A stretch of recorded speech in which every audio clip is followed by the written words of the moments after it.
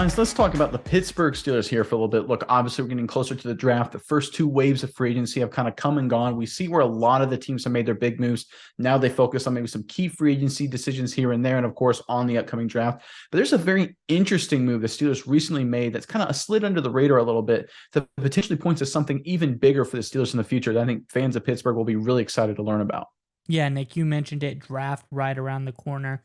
And I want to ask the Steelers fans today in the comments below, who's been your favorite Pittsburgh Steeler draft pick of all time? There's now Steelers are a storied franchise, tons and tons of good draft picks.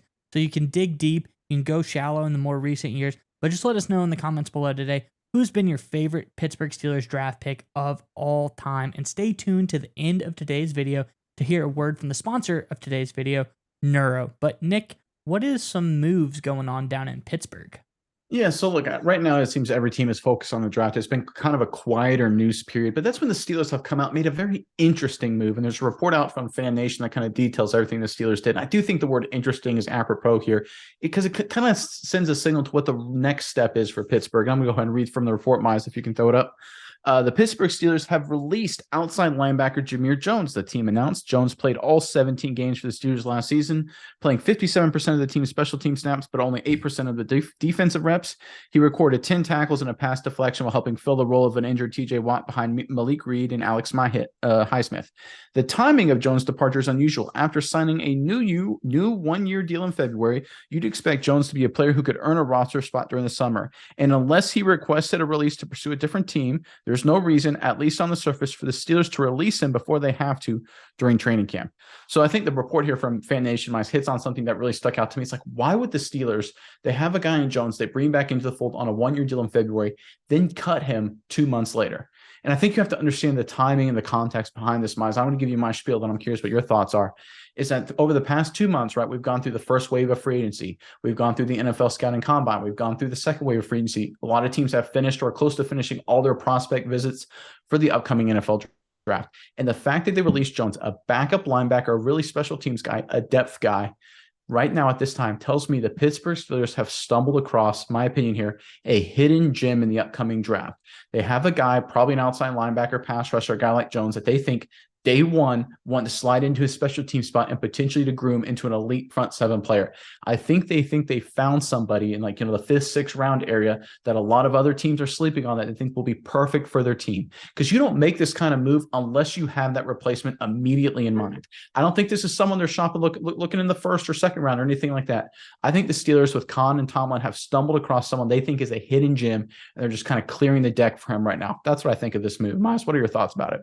Yeah, Nick, I think there is somebody that they are targeting, and I think there's a couple of reasons as why they may have let Jones go. First of all, Nick, if we take a look at the tape, and on tape, I mean the article that I pulled up, you can see the Steelers' top 30 visits. There are 2 edge guys that maybe they've brought in their top 30 that they could be eyeing, and that is the Southern Cal edge rusher, Tuli, and I'm going to butcher his last name, but it's Tuipulotu. The Samoan names always trip me up, Nick. And the other guy is from Georgia, Robert Beal. So those are 2 guys maybe that are on the radar for the Steelers. Keep an eye out for those in the upcoming draft.